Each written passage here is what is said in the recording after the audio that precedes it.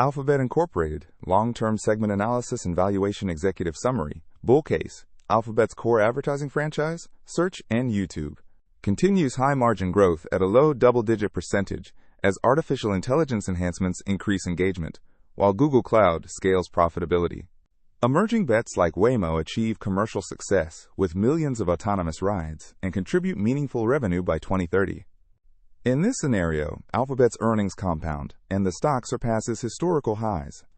Base case: Google maintains its dominance in search ads and video, growing in line with global digital ad spending at a high single-digit percentage.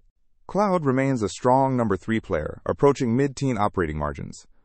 Artificial intelligence initiatives defend the moat but monetize gradually. Other bets remain a small drag. Steady cash flows support a fair valuation, with some of the parts roughly at current levels. Bear case: generative artificial intelligence and new competitors erode Google search traffic. Market share slips from approximately 90%. Advertising revenue stalls as users shift to alternative platforms and regulators constrain default search deals. Cloud struggles to gain share, and heavy artificial intelligence and data center investments squeeze margins. Key other bets like Waymo or Verily fail to materialize profits. Alphabet's cash flows decline, risking multiple compression. Key drivers: artificial intelligence integration in search and ads. Google's execution in blending artificial intelligence, for example, Bard. Generative answers, with search results will determine if it enhances user engagement in ad formats or cannibalizes query volume. This is pivotal to sustaining its $198 billion search ads business. Cloud growth and margins: Google Cloud's trajectory from $43 billion in 2024 revenue, which is 11% market share, toward Amazon Web Services and Azure scale will drive a re-rating. Improving operating margin in the fourth quarter of 2024, approximately 17%, is crucial for long-term earnings power. Competition and regulation: aggressive moves by capable rivals, for example Microsoft's artificial intelligence-powered Bing, Amazon in retail search ads, TikTok in video, and antitrust or App Store regulations pose risks. Outcomes like the 2025 Department of Justice ruling, allowing Google's Apple search deal but mandating data sharing, could gradually lower barriers to entry. Monetizing emerging bets. The optionality from other bets, Waymo, Verily, etc., is significant. Waymo's recent $45 billion valuation and 250,000 weekly driverless rides show promise, but scaling to profitability is a multi-year endeavor. Successful commercialization of even one moonshot, autonomous vehicles, artificial intelligence health, etc., would unlock substantial value beyond the core business. Search and advertising, Google services. Google search and related advertising remain the profit engine of Alphabet. With $198.1 billion in 2024 revenue, 56.6% of total. This segment, which includes Google Search, Gmail, Maps ads, and other properties, grew approximately 13% in 2024, rebounding as advertisers increased spend and query volumes rose. Operating margins are extremely high, on the order of 50% plus, making search ads an unparalleled cash cow. Alphabet's network advertising, ads on third-party sites via AdSense and AdMob, contributed another approximately $30 billion, but has been relatively flat, reflecting saturation and competition in programmatic display. Competitive position: Google dominates global search with over 90% query share and an estimated one-third of all digital ad revenue. Its closest search rival, Microsoft's Bing, remains under 3% market share despite renewed attention through an OpenAI-powered chatbot interface. However, competition is evolving not through traditional search engines, but via platform shifts. Amazon, for instance, has grown its advertising to an approximately $40 to $50 billion business by capturing product search queries on its e-commerce platform. Similarly, ByteDance's TikTok and Douyin in China commands huge user attention for product discovery and short-form search, though monetization outside China is nascent. In social advertising, Meta, Facebook, and Instagram remains a heavyweight drawing marketing dollars. These alternatives pressure Google's ad growth at the margins, but so far, no single platform replicates the breadth of Google's search intent data. Growth outlook: in a base case, search and other advertising should track global digital ad expansion in the high single digits annually. User query growth in emerging markets, where Android's 75% operating system share gives Google a built-in advantage. and pricing improvements through better targeting and artificial intelligence-driven relevant support continued revenue increases. Google is also integrating generative artificial intelligence into search results. For example, artificial intelligence snapshots and conversational answers, search generative experience, aiming to keep users on Google for exploratory queries. The bull case is that artificial intelligence features make search even more useful, unlocking new query categories, for example, complex advice, coding help, and new ad inventory within artificial intelligence-generated answers. In this scenario, Google could not only defend its 80% plus share of the search ad market, but increase query monetization. The bear case is that artificial intelligence answers bypass traditional search ads altogether, or drive a higher cost of serving results. Inferencing expense, compressing margins. If users start turning to artificial intelligence assistants, ChatGPT, etc., instead of searching, Google's query volumes could stagnate. So far, Google's management reports that innovations like artificial intelligence summaries are increasing user engagement in search, countering fears of cannibalization. Margins and traffic acquisition costs. Google's search business enjoys extraordinary profitability, but one key expense is traffic acquisition costs. The payments to browsers, carriers, and device makers to make Google the default. Traffic acquisition costs reached approximately $15 billion in the fourth quarter of 2024, about 21% of advertising revenues. Notably, Google pays Apple an estimated $15 to $20 billion per year to be the default search on Safari. These deals cement Google's distribution, but draw antitrust scrutiny. A recent United States trial found Google's traffic acquisition cost deals help maintain its monopoly, but the remedy stopped short of ending them. Still, regulatory or strategic changes to traffic acquisition cost agreements, for example, if Apple or Samsung demand vastly higher revenue share, or regulators force easier user choice screens, are a risk to watch over 5 to 10 years. In a worst-case regulatory scenario, Google could be forced to allow rival search engines equal access to these default slots or share data with them, eroding its moat. Absent that, we expect Google will deftly defend its turf. Its scale and quality advantages in search are reinforced by decades of data and artificial intelligence tuning that competitors find hard to replicate. Capable competitors. The most capable emerging challenger is Microsoft via Bing plus OpenAI. Microsoft's integration of GPT-4 into Bing in 2023 garnered buzz, and by 2025, Bing can answer many queries via chatbot.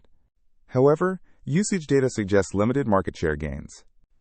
Bing's global usage remains in the single digits. Microsoft's strength is bundling. It set Bing as the default on Windows and uses OpenAI's tech to differentiate Bing and Edge. In a bull case for Microsoft, continued artificial intelligence breakthroughs could make Bing a more compelling alternative, or Apple, tired of paying Google reliance, could theoretically pick Bing or launch its own search. For now, Google's scale feeds its artificial intelligence lead. It can train models on the trillions of queries it sees, something rivals lack. We view the threat from Amazon as more concrete in specific verticals. Roughly 60% of United States product searches now start on Amazon, bypassing Google for shopping intent. Google has responded with better shopping search features and integration of merchant listings. Meta doesn't compete in web search, but its dominance in social media ads, particularly on mobile, means advertisers have alternatives for certain campaigns. Google's YouTube, covered next, actually overlaps more with Meta in competing for brand video ad budgets. Key catalyst or risk artificial intelligence disruption, the very technology that Google itself pioneered, transformer models, via Google Brain and DeepMind, is now a potential disruptor. If users increasingly get answers from artificial intelligence chatbots, especially those embedded in platforms outside Google's control, the traditional search ad model could be undermined. Google's strategy is to be its own disruptor, deploying large language models in Google.com and charging cloud customers for artificial intelligence via its APIs. The long-term question is whether search remains a central gateway to the internet or splinters into artificial intelligence agents, vertical apps, and walled gardens. Given Alphabet's investments and talent in artificial intelligence, see the DeepMind artificial intelligence section. The base expectation is Google Search will adapt and remain the default front door to the web for most users, preserving its durable cash flows. YouTube. Video ads and subscriptions. YouTube is a critical growth engine within Google's ad empire, with $36.1 billion in 2024 ad revenue, 10.3% of Alphabet's total. After a brief dip in 2022, YouTube's ad business re-accelerated approximately 15% in 2024, surpassing pre-pandemic levels. The platform boasts over 2.5 billion monthly users and is the leader in online video consumption. From music videos and vlogs to the rapidly growing YouTube Shorts, its TikTok-like short-form segment. In the fourth quarter of 2024, YouTube's ad revenue hit a record $10.5 billion, indicating strong monetization of both long-form and short-form content. Advertising and competition, YouTube's scale and engagement are unrivaled in the West. Users worldwide now watch over 1 billion hours of video daily on the platform.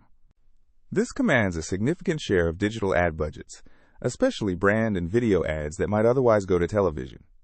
Indeed, YouTube has been actively courting television advertisers as cord-cutting accelerates, even launching YouTube TV, a live television streaming service, and securing rights to National Football League Sunday Ticket in 2023.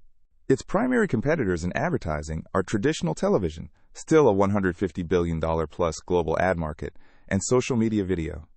Meta's Facebook and Instagram, with Reels, and ByteDance's TikTok compete for eyeballs, particularly in short-form video. TikTok's rapid rise proved a threat to YouTube's attention share around 2020 to 2022, but YouTube responded effectively with Shorts. By 2025, YouTube Shorts is generating over 50 billion daily views, and importantly, YouTube has begun monetizing Shorts via ads, sharing revenue with creators. This helped reclaim ad spend that was leaking to TikTok. Nonetheless, TikTok remains a formidable rival for youth demographics and has begun ramping up its ads business. Reportedly tens of billions in revenue, mostly in China. YouTube's advantage lies in its breadth of content and stronger monetization infrastructure. Advertisers are generally more comfortable with YouTube's brand safety controls and Google's ad targeting, whereas TikTok is still building those out. In premium streaming, YouTube faces indirect competition from the likes of Netflix, Disney+, and others for consumer attention, though these are subscription services with limited ads. Notably, YouTube's content is largely user-generated or creator-generated rather than expensive studio productions, a more scalable model. Twitch, Amazon's live streaming, is another niche competitor in live gaming content, but YouTube has also invested in that space by signing popular streamers. Overall, YouTube's competitive position in video is strong. It is effectively the world's second-largest search engine for video content and benefits from Google's algorithms to surface relevant videos. Subscription revenue. Beyond ads, YouTube has a fast-growing subscription business, approximately $5 to $6 billion estimated in 2024. Included in Google's subscriptions and other segment, YouTube Premium, which offers ad-free viewing, and YouTube Music and YouTube TV, paid TV bundle have gained traction. As of 2025, YouTube Premium reportedly has over 80 million subscribers globally, indicating users' willingness to pay for an enhanced experience. These subscriptions diversify revenue and help offset any cyclicality in ad spending. For instance, YouTube TV, with over 5 million subscribers, not only brings in monthly fees, but also positions YouTube as a next-generation cable provider, tapping into the $70 billion United States TV ad market as it shifts online. Margins. YouTube's profitability is healthy but lower than core search. Unlike search, YouTube shares a significant portion of ad revenue, 55%, with content creators. This creator payout is essentially the content cost for YouTube's platform. Additionally, hosting and streaming billions of hours of video involves substantial infrastructure cost, bandwidth, storage. Thus, YouTube's operating margin is lower than Google searches, but still attractive. Analysts estimate approximately 30% operating margins for YouTube.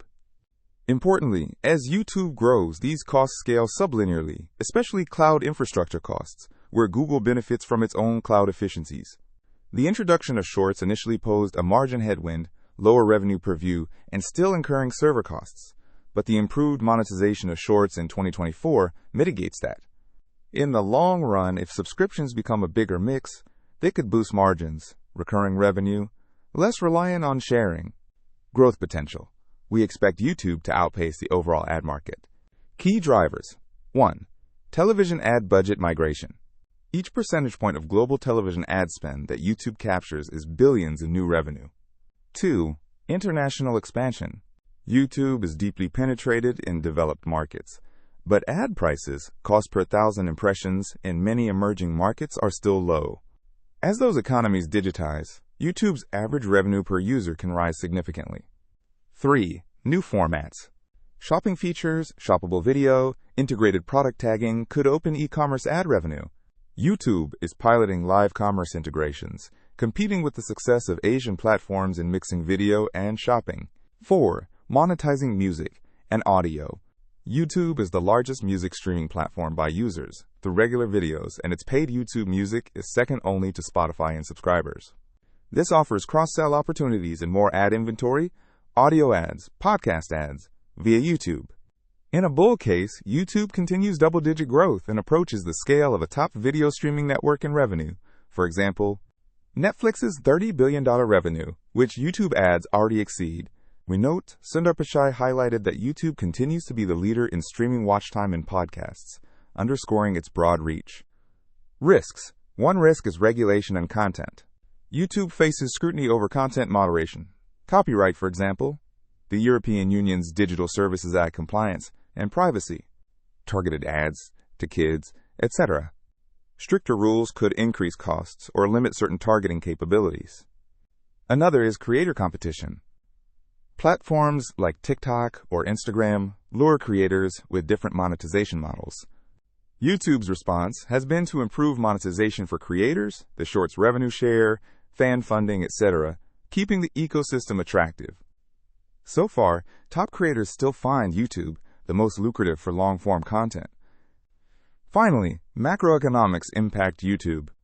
Being advertising-based, a recession could hit branding ad budgets, as seen in early 2020 when YouTube's growth briefly stalled. However, the secular shift from linear television to digital typically outweighs cyclical dips. Valuation in peers, if we isolate YouTube, it's approximately $36 billion in ads, plus approximately $6 billion in subscriptions, gives approximately $42 billion revenue. That is already larger than Netflix's revenue. Netflix trades around 5 to 6 times revenue.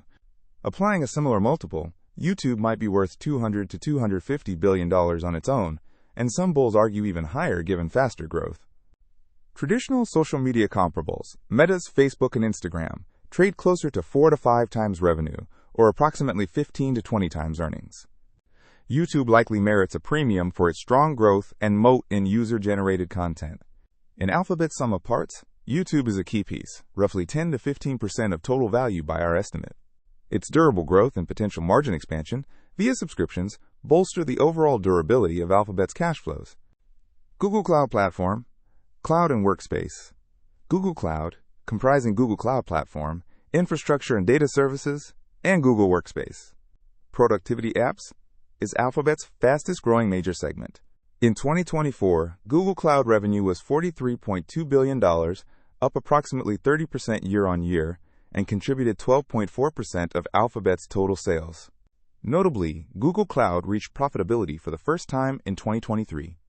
By the fourth quarter of 2024, it generated $2.1 billion in operating profit, 17% margin, a sharp turnaround from negative $3 billion losses in 2021. This inflection underscores that scale benefits and disciplined cost management, for example, data center efficiency, lower headcount growth, are kicking in. Market position. Google Cloud is firmly the third largest global cloud provider. It holds roughly 10 to 11% share of cloud infrastructure services, behind Amazon Web Services, approximately 33%, and Microsoft Azure, approximately 24%. While the big three continue to collectively dominate over 60% of the market, Google has been nibbling share points by growing faster than Amazon Web Services in recent quarters. Strengths of Google Cloud Platform include its expertise in data analytics, BigQuery, artificial intelligence, and machine learning services, and a strong global network. Google's cloud offerings often lead in tech benchmarks. For example, its artificial intelligence infrastructure, TPU-based, and Vertex artificial intelligence platform are attractive to enterprises looking to deploy machine learning at scale. Google also leverages its open-source credentials, for example, leadership in Kubernetes for cloud container management, to win over developers. Competition. Amazon Web Services, the pioneer, has far larger revenue, approximately $90 billion in 2024, and an unmatched breadth of services. It appeals broadly from startups to large enterprises, and Amazon's ongoing investment, for example, custom silicon like Graviton, Trainium chips, keeps it a price-performance leader in many areas. Microsoft Azure benefits from Microsoft's deep enterprise relationships and bundle deals, for example, discounts when tied with Office 365 or Windows licenses. Azure's growth has been robust, approximately 25 to 30% year over year, and it is perceived as number 2 in artificial intelligence cloud thanks to the OpenAI partnership. Azure is the exclusive cloud for OpenAI's models. In capability, all three are converging. Each has core compute, storage, database, and artificial intelligence services. One differentiator: Google's cloud includes Google Workspace, which pits it against Microsoft's Office 365 and productivity software. Workspace's inclusion means some revenues from software as a service apps rather than pure infrastructure. Adjusting for that, Google Cloud Platform's infrastructure share is slightly less than 10%. Growth drivers cloud adoption still has a long runway. Analysts forecast the global cloud market, infrastructure as a service, platform as a service, software as a service, to grow approximately 15 to 20% annually through the late 2020s as enterprises migrate workloads from on-premise data centers and embrace data-driven digital transformation. Google Cloud is positioned to capture above-market growth by exploiting a few edges: artificial intelligence and industry solutions. Google is doubling down on artificial intelligence in cloud. It offers access to its TPU accelerators. And in 2023, it launched Duet Artificial Intelligence for Workspace and Artificial Intelligence-powered services in Google Cloud Platform, for example. Generative Artificial Intelligence APIs, model customization tools. Chief Executive Officer Pichai noted Google's artificial intelligence cloud portfolio is seeing stronger customer demand. For instance, companies can use Google's models, like Palm 2 and upcoming Gemini on Google Cloud Platform. Google's DeepMind expertise, covered later, is a unique selling point. For example, Google could package advanced artificial intelligence like AlphaFold, protein folding, as cloud services for biotech firms. If artificial intelligence adoption in enterprise spikes, Google Cloud can ride that wave, as Azure has with OpenAI. Multi-cloud and open-source Google has championed multi-cloud management through its Anthos platform and open standards. This appeals to organizations wary of vendor lock-in. Google's history with developers, Android, TensorFlow, etc. gives it credibility, and it often supports hybrid cloud scenarios well, leveraging its Google Kubernetes engine to extend workloads across on-prem and cloud. Workspace upsell: Google Workspace, formerly G Suite, has millions of paying businesses and over 3 billion users on products like Gmail. While Workspace's revenue, a subset of the 43 billion, is smaller compared to Microsoft Office's, it's growing and serves as a foot in the door for Google Cloud and enterprises. For example, a company that uses Gmail and Docs might consider Google Cloud Platform for their cloud projects. As Workspace integrates artificial intelligence, helping write emails, generate documents via Duet AI, Google can charge premium prices, similar to how Microsoft is adding a $30 per user Copilot fee. This could boost Workspace's average revenue per user and margins over time. Profitability and margin upside: cloud margins lag far behind Google's ad business, but the trajectory is positive. Amazon Web Services demonstrated that mature cloud providers can reach 30% plus operating margins. Google Cloud's gross margins are improving as they attain economies of scale in data centers and network utilization. They are also being more judicious with capital expenditure after years of heavy investment, though still planning a hefty $75 billion capital expenditure in 2025, much going into servers and artificial intelligence chips. There is a significant operating leverage opportunity. Much of the upfront cost, data center build-out, engineering research and development is done, so each incremental revenue dollar can contribute more to profit. We saw this in 2024 results. A 30% revenue jump led to Cloud's operating income swelling from $800 million in the fourth quarter of 2023 to $2.1 billion in the fourth quarter of 2024. Over a 5+ year horizon, if Google Cloud can approach Amazon Web Services scale, say $100 billion plus revenue by 2028, and even 20 to 25% operating margins, that's $20 billion plus in operating income a huge swing from losses a few years ago. Such an outcome would meaningfully augment Alphabet's consolidated earnings and justify a higher multiple for that segment. Risks in cloud. Despite strong growth, Google Cloud faces challenges. The market is price competitive. Amazon Web Services and Azure often cut prices or offer credits, and clients frequently pursue multi-cloud to pit providers against each other on price. Google's smaller market share could make it more vulnerable if price wars intensify, since the other two can cross-subsidize via larger revenue bases. Also, enterprise sales execution has historically been Google's weakness, compared to Microsoft's seasoned enterprise sales force. Google has invested in bolstering its go-to-market and partner network, but any missteps could slow deal wins. Another risk is reliance on innovation. Cloud clients choose providers not just for cost, but for unique services. If Google falls behind in next-generation cloud features, like edge computing, specialized artificial intelligence services, etc., it could lose relevancy. So far, Google has been an innovator, for example, leading on zero-trust security frameworks, quantum computing research, etc. Finally, one should monitor macroeconomic cloud spending trends. 2023 saw some enterprises optimize and slow cloud spend due to high inflation and cost scrutiny. If such optimization continues, growth could decelerate industry-wide.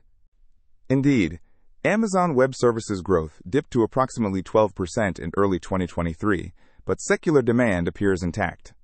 Bottom line, Google Cloud has gone from an investment mode to a contribution mode. It is a cornerstone of Alphabet's long-term diversification, reducing reliance on ad cycles. Capable competitors ensure the battle will be hard-fought, but even as a strong number 3, Google Cloud's path to being a $50 billion plus revenue, highly profitable business by late decade looks clear.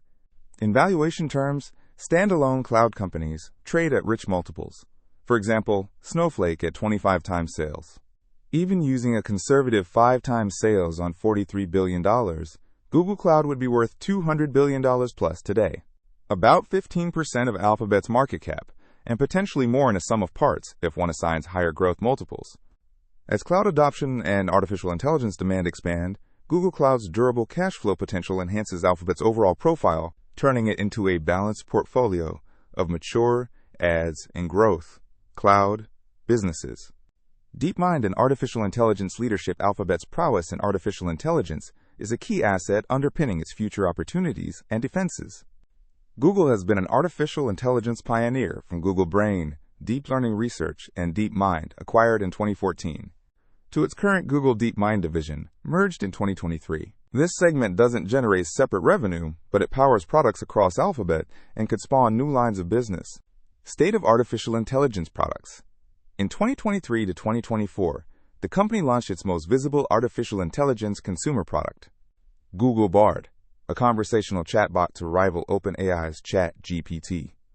While Bard's first iteration lagged behind GPT-4 in some areas, Google has rapidly improved it with advanced language models, Palm 2, and others. Google is also infusing artificial intelligence assistants across its services. For example, Help Me Write in Gmail, code completion in Google Cloud, and Duet artificial intelligence in Workspace apps for generating content. These artificial intelligence features can be monetized via subscriptions or upsells, as Microsoft is doing with its Copilot. In search, the search generative experience is being tested to give artificial intelligence-driven answers on top of search results. Early feedback suggests it increases time spent on Google. Users engage with artificial intelligence snapshots and follow-up questions. If managed well, this can preserve Google's search dominance. Mismanaged, it could reduce the need to click links and thus view ads. Google's challenge is to leverage artificial intelligence to augment its cash cows rather than disrupt them. DeepMind's role. DeepMind, London-based, has delivered world-leading research, notably AlphaGo, which beat the world champion at Go in 2016, and AlphaFold, which solved a 50-year biology problem by predicting protein structures, a breakthrough hailed in 2021. These achievements bolster Google's reputation in artificial intelligence.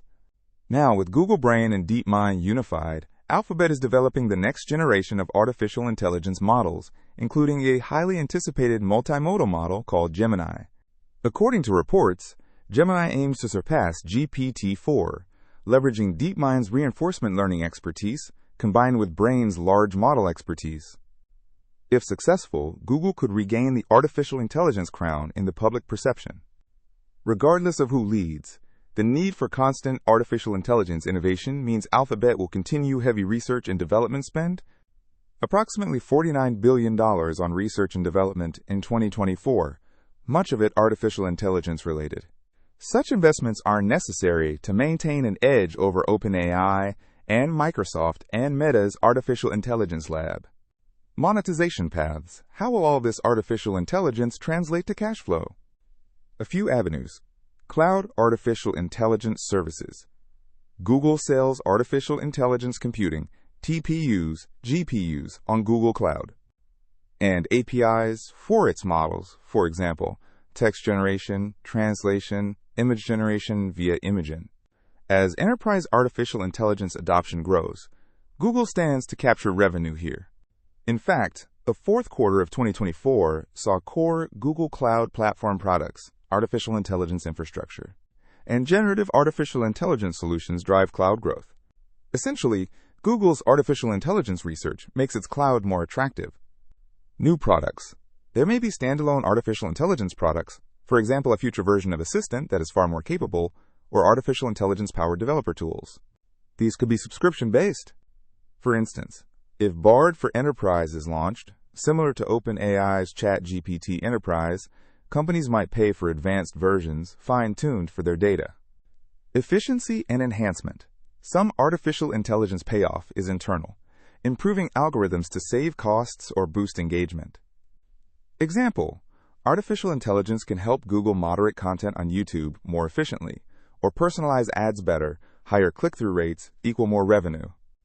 DeepMind famously cut Google's data center cooling costs by using artificial intelligence optimization. These efficiency gains, while not directly reported as revenue, improve margins over time. Strategic optionality. DeepMind's health algorithms, like protein folding or other artificial intelligence discoveries, might be spun out or licensed. Alphabet could choose to create new ventures, like Isomorphic Labs, an Alphabet company using artificial intelligence for drug discovery, building on AlphaFold's success. Such ventures could eventually bring in licensing fees or equity value if spun off. Competitive landscape in artificial intelligence. Alphabet's competitors in artificial intelligence are both big tech peers and specialized labs. OpenAI and Microsoft. OpenAI's head start in releasing GPT-3 and 4 and ChatGPT gave Microsoft a surge in artificial intelligence mindshare. Microsoft is integrating artificial intelligence across its product suite Bing, Office, Azure aggressively. However, Google's latest models are competitive. For instance, Palm 2 is strong in reasoning and coding. The race is ongoing. Google has an advantage in data. It can train on its massive search index and user interactions and tensor processing infrastructure. See the next section on TPUs. The question is whether Google's more cautious deployment strategy, concerned with safety, brand risk, will cause it to fall behind a nimbler OpenAI and Microsoft in market capture. So far, Google has rapidly expanded Bard to over 180 countries and is iterating quickly. Meta, Facebook artificial intelligence Meta, open-sourced its Llama models, taking a different approach. While those models lack the scale of Google's or OpenAI's, the open-source community has made strides, and companies like Meta aim to offer artificial intelligence cheaply or free. Google might feel pressure if open models become good enough and widely adopted, undermining proprietary model pricing.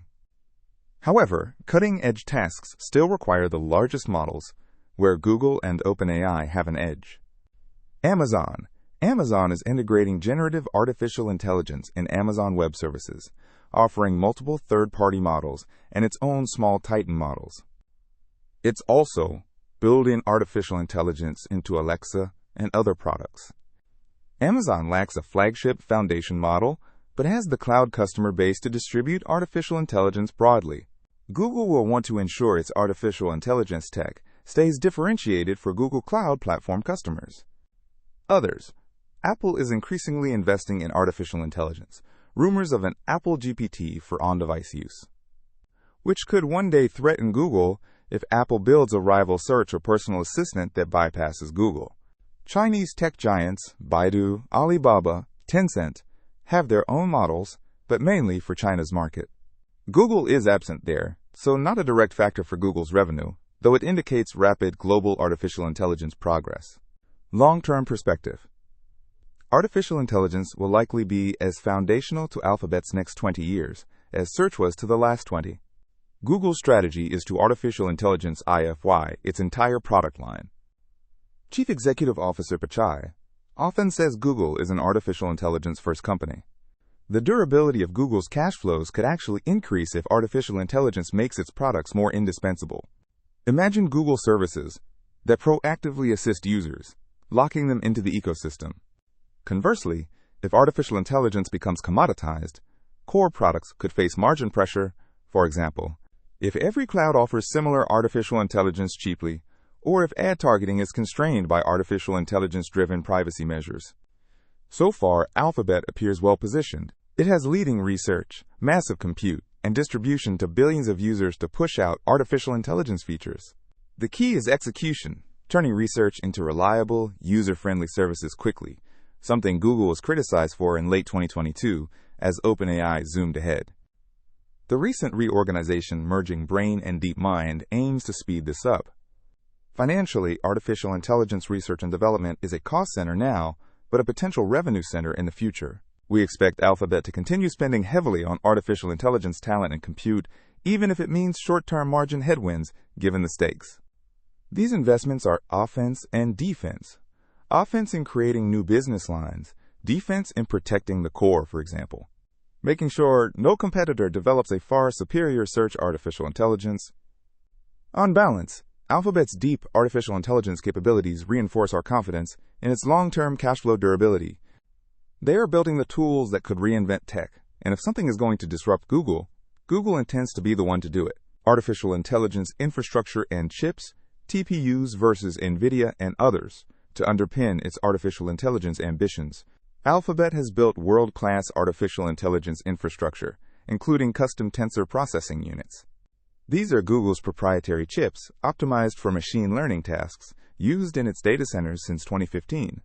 This strategy of vertical integration, designing its own silicon, pits Google against the likes of NVIDIA, whose GPUs currently power most artificial intelligence models globally. The question for Alphabet's cash flows: will its in-house artificial intelligence hardware give it a sustainable advantage in performance or cost, and possibly even become an external business line?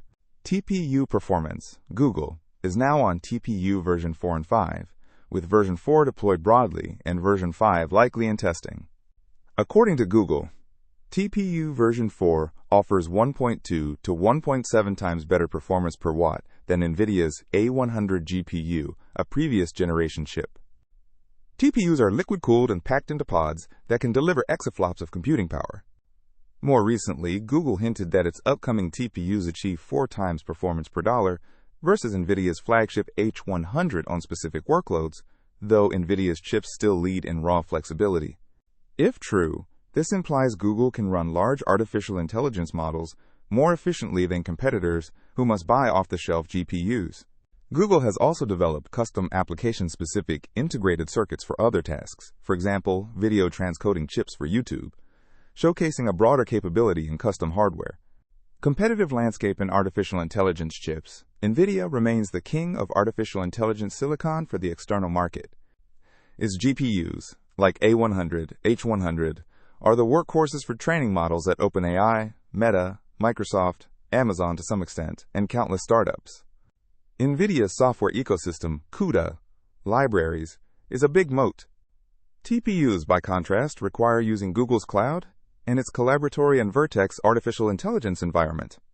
Amazon has its own silicon for Amazon Web Services, Trainium for training, Inferentia for inference to reduce dependence on NVIDIA. Microsoft is reportedly co-developing an artificial intelligence chip with Advanced Micro devices. Many startups, GraphCore, Cerebras, etc., tried to disrupt NVIDIA, but none have gained major traction. Google's TPUs stand out as one of the few at-scale alternatives, but notably, Google uses them mostly internally or via Google Cloud. It doesn't sell TPUs on the open market. This means NVIDIA isn't losing external sales directly to Google, but Google's massive internal artificial intelligence workloads, search ranking, YouTube recommendations, translate, etc., are increasingly handled by TPUs instead of NVIDIA GPUs, saving Google money. Indeed, by using its own TPUs, Google avoids the giant markups of NVIDIA's hardware. This cost advantage can improve Google's margins on artificial intelligence services or allow it to offer lower prices to cloud customers for artificial intelligence workloads. Strategic importance. Owning the full stack, hardware plus software, allows tighter optimization. For instance, Google tailor-made TPUs for transformer models, the backbone of GPT like artificial intelligence to achieve speedups. This vertical integration is akin to what Apple does with its A-series chips for iPhones, design silicon to maximize performance and efficiency for its specific use cases. Over a 5 to 10 year horizon, this could be a game changer for artificial intelligence economics. As artificial intelligence models become more computationally intensive, the trend suggests training compute requirements grow 10 times every few years. Those without custom hardware may face skyrocketing costs. Google is mitigating that with TPUs. It's also investing in quantum computing, longer term, which could one day augment artificial intelligence processing. One also sees the evidence of Google's commitment in its capital expenditures, jumping to $52.5 billion in 2024 and guided to $75 billion in 2025, much of which is data centers and machine hardware, likely including next-generation TPUs and GPUs. While such spending pressures free cash flow in the short term, it's building an engine for future artificial intelligence-driven services. We view this as necessary capital deepening to secure Google's lead in artificial intelligence. Risks. The chip effort is not without risks. Designing leading-edge semiconductors is expensive and challenging. Any misstep, for example, a TPU generation that disappoints, could set Google back, as NVIDIA isn't slowing down. Its H100 and upcoming Blackwell GPUs are extremely powerful and widely adopted. Additionally, Google relies on partners like Taiwan Semiconductor Manufacturing Company to fabricate TPUs. Any supply chain disruptions, say geopolitical issues in Taiwan, would affect Google, just as it would others relying on Taiwan Semiconductor Manufacturing Company, like NVIDIA. Geopolitically, the United States is restricting advanced chip exports to certain countries. Not a direct risk to Google since it's United States-based, but it underscores the strategic importance of chip tech. Another consideration. Will Google commercialize TPUs beyond its cloud? Right now, you can only access TPUs by using Google Cloud. If Google ever decided to sell TPU hardware or license designs to others, it could open a new revenue stream, competing with NVIDIA more directly. However, that might undermine the exclusivity advantage for Google Cloud. For now, Google seems content to use TPUs as a differentiator for Google Cloud. The mid-2020s marketing highlights how only Google offers certain large artificial intelligence model training on TPU pods. This likely boosts cloud revenue rather than chip sales revenue. Net impact. Alphabet's investment in artificial intelligence infrastructure ensures it can deliver cutting-edge artificial intelligence services at lower unit costs than peers in the long run. This supports higher margins for things like YouTube, which uses artificial intelligence for recommendations, search, artificial intelligence rankings, and cloud, offering competitive pricing for artificial intelligence workloads. While the cost is front-loaded, capital expenditure and research and development, the durability of cash flows is strengthened by controlling these critical inputs. We expect Alphabet to remain at the forefront of artificial intelligence hardware. The recently rumored TPU version 6 and other accelerators will aim to keep Google on parity or ahead in the artificial intelligence arms race. In summary, Alphabet's TPU program, alongside rival efforts at Amazon and Microsoft, signals that the largest tech firms are becoming quasi-quote chip companies to secure their artificial intelligence futures. For Alphabet investors, the payoff is largely behind the scenes but significant. If TPUs give Google a 20 to 30% cost advantage in serving artificial intelligence queries that could translate to billions in savings or extra profit over years, given the scale of artificial intelligence usage Google anticipates across search, ads, etc. It also means Google is less beholden to NVIDIA's supply constraints, a big issue in 2023 to 2024 when artificial intelligence chip demand outstrips supply.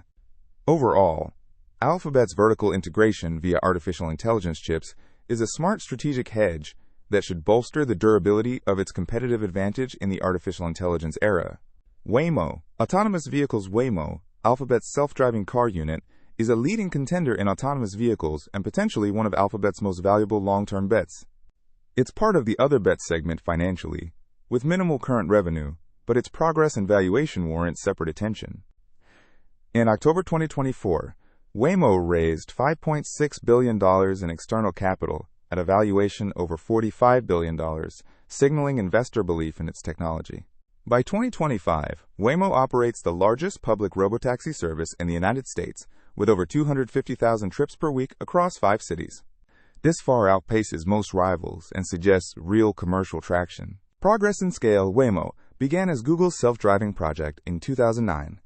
It launched the first commercial, fully driverless ride-hailing service in Phoenix in 2018. Fast forward to 2025. Waymo has expanded to Phoenix, San Francisco, Los Angeles, Austin, and Miami, with more cities like New York and others mapping or in pilot. It has completed over 10 million paid rides and over 100 million autonomous miles on public roads, experience no competitor can match in the United States. Importantly, these are paid, rider-only trips. Waymo's vehicles, Jaguar I-Pace EVs, and custom Chrysler Pacificas operate with no human safety driver in defined geofenced areas. The service, branded as Waymo One, has a user app and even integration to hail via the Uber app in Phoenix, a notable partnership bridging autonomous and traditional ride-hailing.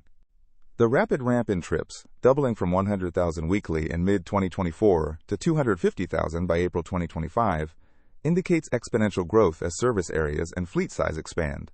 For perspective, 250,000 weekly rides is 13 million annualized. While small next to Uber's billions of annual rides, it is remarkable for driverless operations. Waymo's user demand appears robust in areas it serves. For example, in Phoenix, wait times for a Waymo ride can be just minutes, showing high utilization. Competitive landscape in autonomous vehicles. Waymo's primary United States competitor is Cruise, owned by General Motors. Cruise also runs robotaxis in San Francisco, Phoenix, and Austin, and was valued around $30 billion in early 2023. While Cruise has made strides, it suffered a setback in late 2024 due to some high-profile collisions, leading California regulators to suspend its service temporarily. This highlighted the challenges in safety and public trust. Waymo, by contrast, has had a relatively incident-free record and has been more conservative in deployment, which appears to be paying off with fewer regulatory run-ins. Tesla is often mentioned in autonomy. However, Tesla's approach is quite different, selling full self-driving software to consumers who still supervise. Tesla's vehicles have logged billions of miles with driver assist, but true Level 4 and 5 autonomy, no driver, isn't deployed. If Tesla does crack that code via its vision-based system, it could instantly put millions of robotaxi-capable cars on the road, which would be a disruptive threat. But current consensus is that Tesla is years away from reliable full autonomy without human oversight. Other players, Motional, a Hyundai and Aptiv joint venture, and Zoox, Amazon, are also testing robotaxis. Zoox has a custom vehicle. Motional partners with Lyft in Las Vegas for a limited service.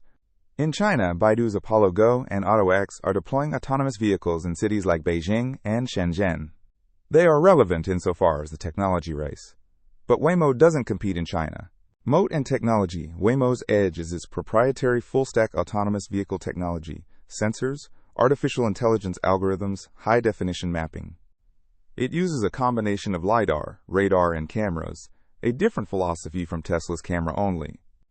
Waymo's accumulated data since 2009 and continuous learning give it a potential moat. It also has the backing to scale fleet production. They partnered with car makers and may explore building their own cars in the future.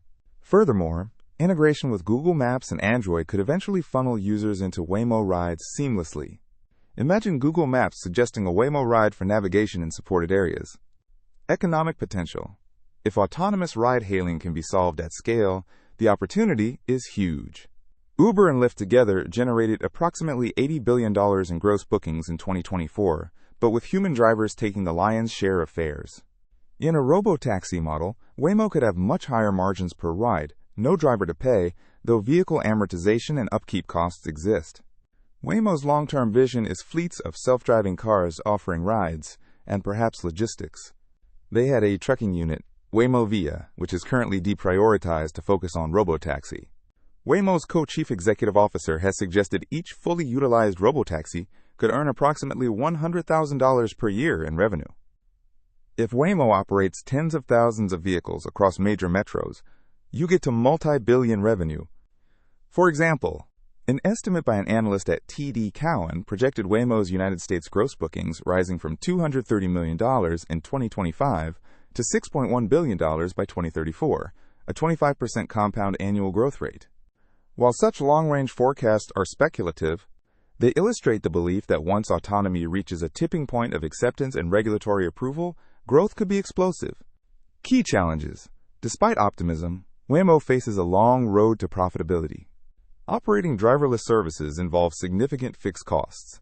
Development of the self-driving system, still ongoing, with edge cases to solve. Fleet acquisition, they'll need to buy or build many cars. Fleet operations, maintenance, charging for electric vehicles, remote monitoring staff, and scaling to new cities, which requires detailed mapping and local regulatory approval. In 2024, Waymo likely generated only on the order of tens of millions in revenue, against perhaps over $1 billion in operating costs, as suggested by other bets losses. Achieving positive cash flow might require robotaxis to reach a large scale, hundreds of thousands of rides per day, and improved unit economics, cheaper sensors, longer-lasting vehicles. Regulatory hurdles are non-trivial. Rules vary by city and state, and any high-profile accident can delay progress. Public trust is another factor. Consumer adoption will depend on perceiving autonomous vehicles as safe. So far, Waymo's record is encouraging, but the world is watching each incident closely. Waymo's value to Alphabet. With a $45 billion implied valuation, Waymo is a significant asset, approximately 2 to 3% of Alphabet's market cap. If it succeeds, it could be worth multiples of that. Some bullish analysts have argued Waymo could eventually be worth hundreds of billions, essentially an Uber without drivers capturing a large chunk of $1 trillion transportation market. On the other hand, if progress stalls, Alphabet could spin it off or cut funding. However, given Waymo's leadership position, Alphabet is likely to remain committed. They've even opened it to outside funding to share costs and get validation, which also allows investors to assign a market-based value. The recent funding rounds indicate confidence, but also a need for capital beyond Alphabet's internal allotment, as building a new transport paradigm isn't cheap. Strategic fit. Waymo aligns with Alphabet's mission of solving big problems with technology. If autonomous driving takes off, it complements Google's other businesses. Imagine more people using Google Maps or Assistant in cars. Or YouTube, in fully autonomous vehicles, attention freed from driving. There's also a data angle. Autonomous vehicles generate tons of sensor data, which could feed into improvements in artificial intelligence, mapping quality, etc., strengthening Google's ecosystem. Furthermore, Waymo's progress could justify monetizing other Google intellectual property, for example, high-definition maps for autonomous vehicles, an area Apple and others are interested in. In conclusion, Waymo is a long-term, high-risk, and high-reward bet. For the next few years, it will likely remain a drag on earnings, research and development, and capital expenditure heavy, but its increasing real-world deployment suggests a path to monetization. Key upcoming milestones include entering new major cities, possibly New York, London, or others internationally in later years, launching the next-generation autonomous vehicle. Waymo has been working with Geely on a custom robo-taxi design, and if metrics like cost per mile improve, an investor should view Waymo as a venture within Alphabet, one that, if it hits an inflection, could significantly augment Alphabet's growth in the 2030s, but if it doesn't, Alphabet's core is still intact. Given Waymo's technological lead and backing, we lean towards it eventually adding meaningful value, though perhaps not fully reflected in stock price until the concept is proven at scale, which could be a few more years out. As of now, Alphabet's sum of parts effectively gives little credit to Waymo. Any success would be upside. Competitor moves, like any signs of Tesla or others achieving true autonomy, and regulatory developments will be key watch items for this segment. Verily, Life Sciences. Verily is Alphabet's life sciences and healthcare technology subsidiary, another bet aiming to revolutionize a huge industry. Its focus is on precision health, using data and artificial intelligence to improve healthcare outcomes. Verily has undertaken projects ranging from glucose-sensing contact lenses to health analytics platforms. However, after nearly a decade, Verily is in the midst of restructuring to sharpen its strategy and improve financial viability. Current state and challenges. As of 2025, Verily has yet to achieve profitability or significant revenue relative to its investment. It has been funded by Alphabet and some external investors, for example, a $1 billion round in 2022. Internally, it was structured as an LLC, but is now converting to a C corporation to be more investor-friendly. This suggests an eye towards greater independence, or even a potential initial public offering down the road, though likely years away. Verily's employees received sobering news in 2024 to 2025. Their equity was revalued 80% lower than a year prior, implying Verily's valuation was deemed overly high relative to its meager earnings. Essentially, Verily's earlier lofty valuation, reportedly approximately $10 billion plus, was reset perhaps to approximately $2 billion. The chief executive officer acknowledged the need to align valuation with reality and pivot towards more scalable revenue models. Strategic pivot: artificial intelligence in health. Verily's new strategy centers on being an artificial intelligence and data platform for healthcare. Instead of building many disparate products, Verily is consolidating efforts to offer tech infrastructure that healthcare companies, pharma, insurers, health systems can use for their own artificial intelligence-driven solutions. For example, Verily wants to provide a one-stop platform for tasks like training artificial intelligence models on clinical data, running clinical trials efficiently, or building health apps with minimal coding. This approach effectively makes Verily a business-to-business tech provider. Somewhat like an Amazon Web Services for healthcare artificial intelligence, one might say. It leverages Alphabet's strengths in cloud and artificial intelligence, but tailors them to the specific needs and regulations of healthcare, privacy, interoperability standards like Health Level 7 and fast healthcare interoperability resources, etc. Concrete steps in this pivot include selling off non-core pieces. Verily had a subsidiary, Granular, offering stop-loss insurance to employers. Ironically, this insurance product was Verily's biggest revenue generator. In 2023, Verily agreed to sell Granular to Elevance Health, freeing it to focus on tech. It also shut down some ambitious but impractical projects. For example, the smart contact lens for diabetes was shelved in 2018. In 2023, it shut a major bioelectronics program. Verily is trimming down to core initiatives that align with data and artificial intelligence platforms. It's also disentangling from Google's internal systems, Project Flywheel, to operate more independently. Opportunities. Healthcare is a vast market, greater than 10% of global gross domestic product, ripe for artificial intelligence-driven disruption. Areas like drug discovery, diagnostics, personalized medicine, and clinical trial management could benefit from tech that Verily is developing. For example, Verily has working partnerships with the Food and Drug Administration and the National Institutes of Health on initiatives, with pharma companies for trial tech, with the Michael J. Fox Foundation on Parkinson's research using Verily's data platform. These collaborations lend credibility and could become revenue-generating contracts if Verily's platforms become essential tools. The broader sector of artificial intelligence in healthcare is projected to reach $150 billion by 2030. If Verily can capture even a single-digit percentage of that via its platform offerings, that's multi-billion revenue potential. A specific product to watch. Verily is set to launch an artificial intelligence-powered chronic care platform called LightPath in 2026. LightPath aims to help manage conditions like diabetes by analyzing patient data and providing insights. Success of such products could validate Verily's new model and maybe be its first big commercial hit. Challenges.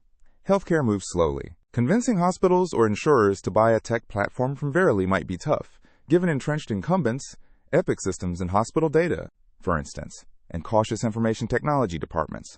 Verily also faces competition from other tech entrants and startups. For example, International Business Machines Watson Health tried and failed at a grand artificial intelligence health vision.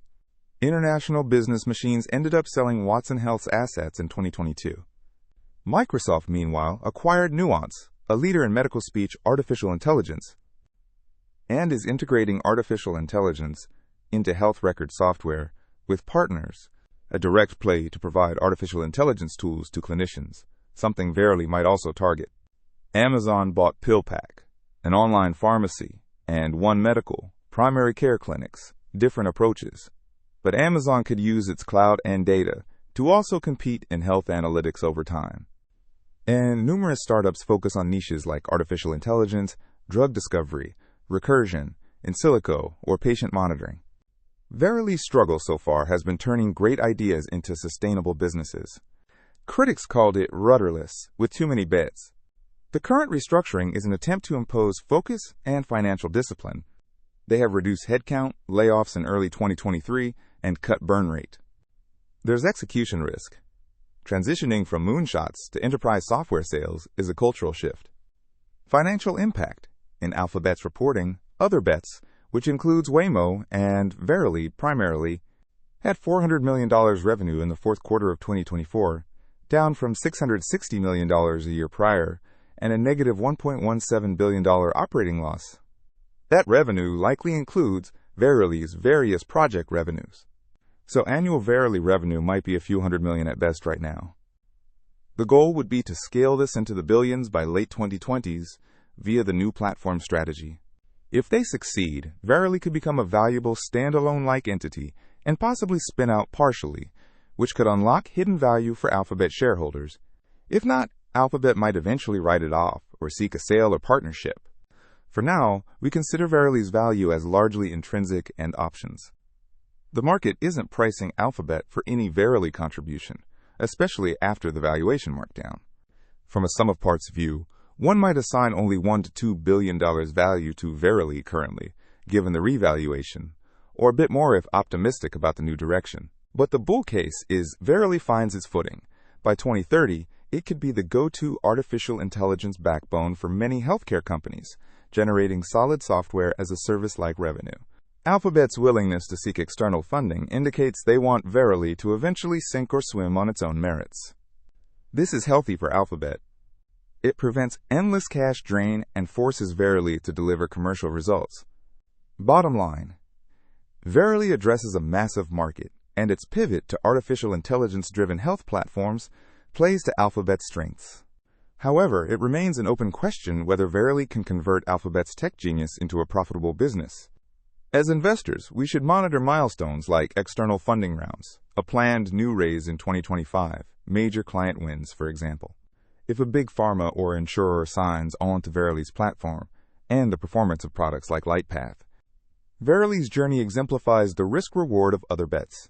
It could become a multi-bagger or a cautionary tale. At this point, we assign only modest value in our base valuation for Verily, acknowledging the upside but not relying on it.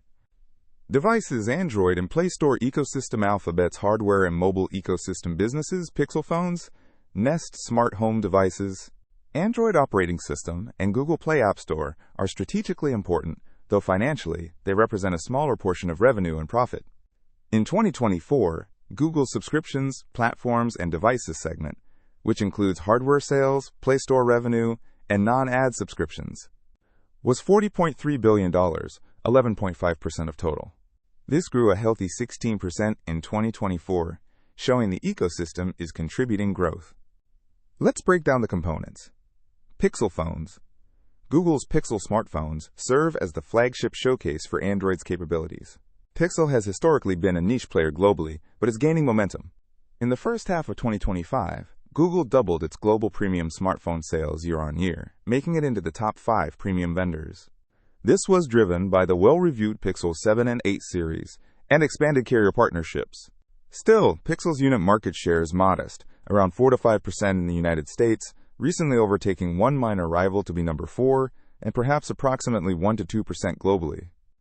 The smartphone market is dominated by Apple, approximately 55% share in North America, and approximately 24% globally, and Samsung, Android's leader, approximately 22% global share.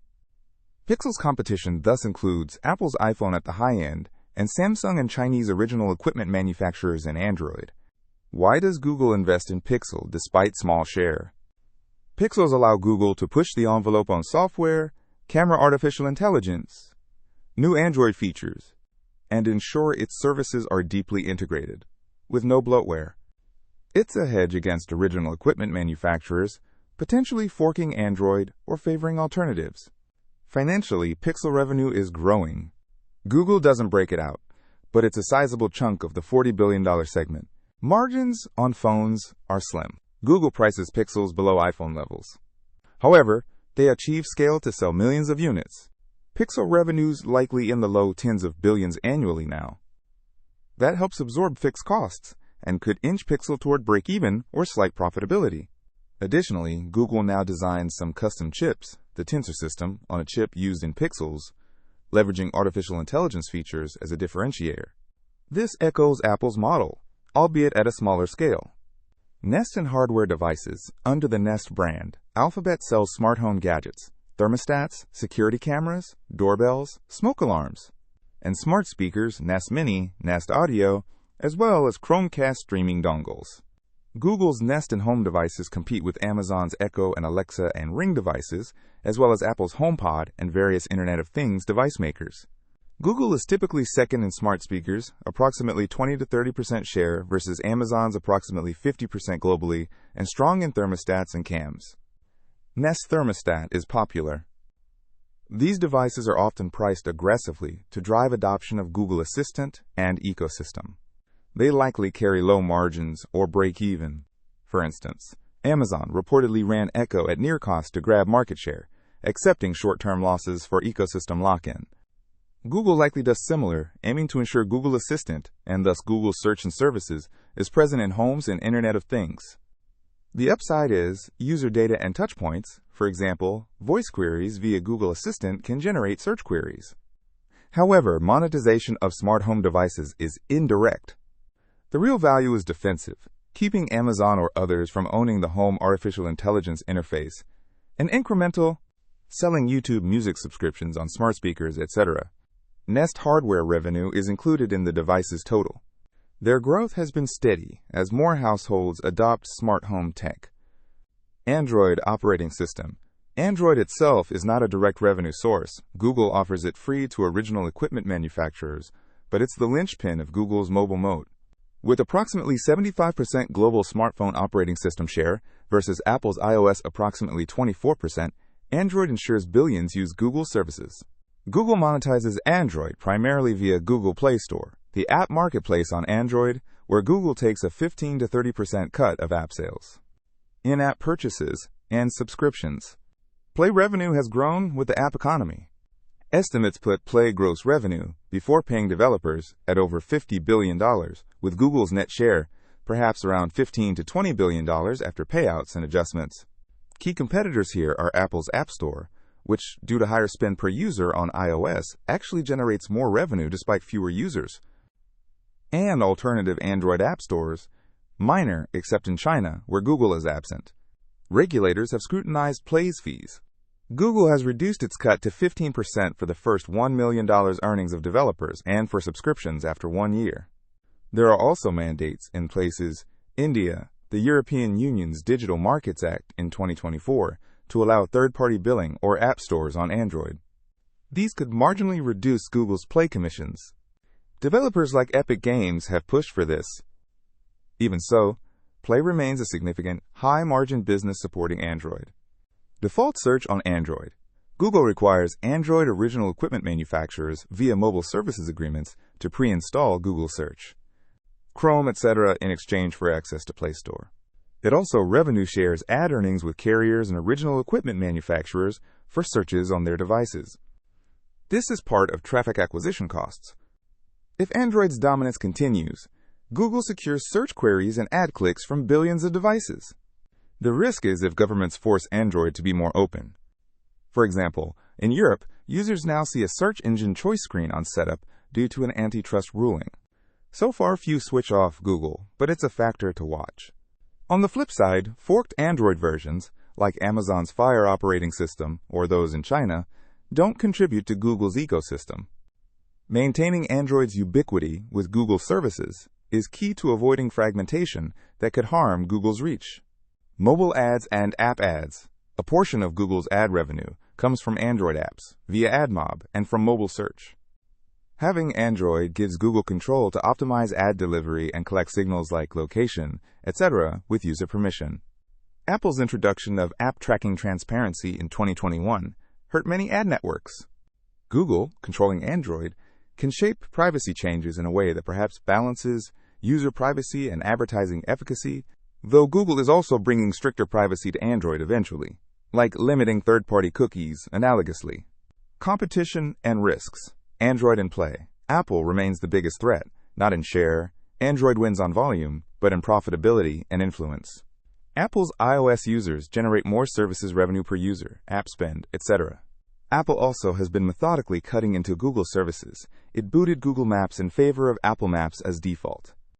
It's reportedly developing its own search capabilities, Spotlight Search, and Siri improvements, which one day could reduce reliance on Google and leverage the $20 billion Google pays them as a bargaining chip.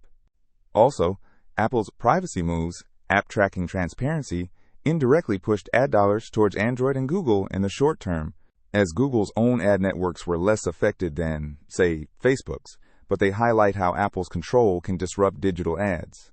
If Apple ever made its search default something other than Google, or required an easily accessible choice, that could cost Google a chunk of traffic, though many users might manually go to google.com. Our base case is Apple will continue taking Google's money to fund its own services, at least until its search is truly competitive. Another risk: regulatory intervention on app stores. The European Union's Digital Markets Act may force sideloading and third-party app stores on iOS, and by extension Android, though Android already allows it. Google is actually more open than Apple on this front, so it's less at risk. But if big players like Samsung or Epic Games establish popular alternative stores, Google's play take could erode. However, historically, users have gravitated to official app stores for safety and ease, so we don't foresee a mass exodus from Play. Financial impact. The Android and Play ecosystem is highly profitable. Play Store commissions have high gross margins. Running the store has costs, but nothing like manufacturing. Device sales are lower margin, but contribute strategically. Altogether, the $40.3 billion subscriptions, platforms, and devices in 2024 likely had a mixed margin. App Store and subscription revenue, like YouTube Premium, Google One Cloud Storage subscriptions, are high margin, while hardware is low margin. This segment's growth, 16% in 2024, is encouraging. It shows Google can expand beyond ads. For instance, Google One Cloud Storage subscriptions is growing as people back up photos and data, competing with Dropbox, iCloud, etc. Google One has tens of millions of subscriptions, adding steady recurring revenue. Sum of parts thinking. If we valued Android and Play as a standalone, it might resemble a combination of a royalty business for search on Android plus a software marketplace. The Play Store alone could be worth $50 billion plus if net revenue approximately $15 billion at, let's say, 8 times, given its stable, quasi-oligopoly nature.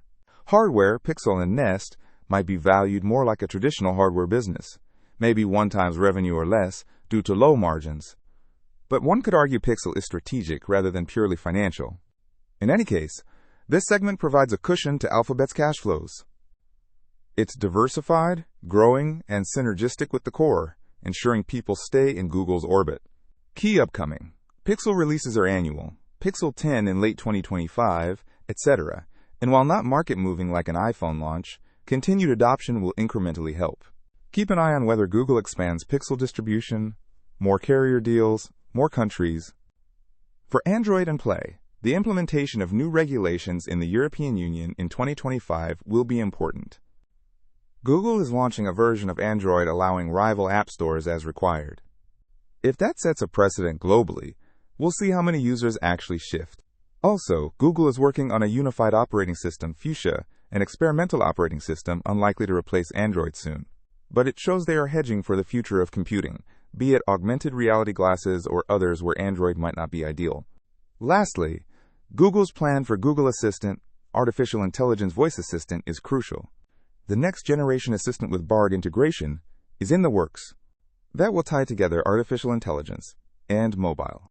If done well, it could make Android devices more useful and sticky, driving usage of Google services, which indirectly boosts monetization through searches, etc. In summary, the Android and devices ecosystem acts as both gateway and moat for Alphabet. It doesn't drive the bulk of profits, but it protects and extends the reach of Google's money machines. We foresee it continuing to grow steadily and serve as a backbone for distributing Google's artificial intelligence and services to consumers. Google Workspace and Maps. Here we cover two other key Google franchises: Workspace, the productivity suite, and Maps, the mapping and local services platform. Both are widely used, contribute strategically to the ecosystem, and have opportunities to monetize further. Google Workspace, Docs, Gmail, etc. Google Workspace is a package of cloud productivity apps: Gmail, Google Docs, Sheets, Slides, Drive storage, Meet Video, Calendar, etc. It operates on a freemium model. Over 3 billion users use at least one Google productivity app, largely free for consumers. And Google converts a portion into paying customers via Workspace subscriptions for businesses, schools, Google Classroom, and individuals. As of 2025, Google Workspace reportedly holds over 50% market share in cloud office software by user count. Many small businesses and educators choose Google, even though Microsoft's Office 365 still likely leads in revenue share. A statistic often cited is Google has over 70% of companies using some form of Workspace, but those include many who use the free tier. In paying customer terms, Google last disclosed 6 million business customers in 2020. It's surely higher now, possibly 10 million plus organizations, ranging from tiny firms to large enterprises like Salesforce and Verizon, which use Gmail. Competition. Workspace. Microsoft 365 is the entrenched rival. Microsoft dominates big enterprises and government with Outlook, Word, Excel, etc., and has deeply integrated teams for chat and meetings. Microsoft's strength is legacy feature richness and information technology department trust, plus bundling.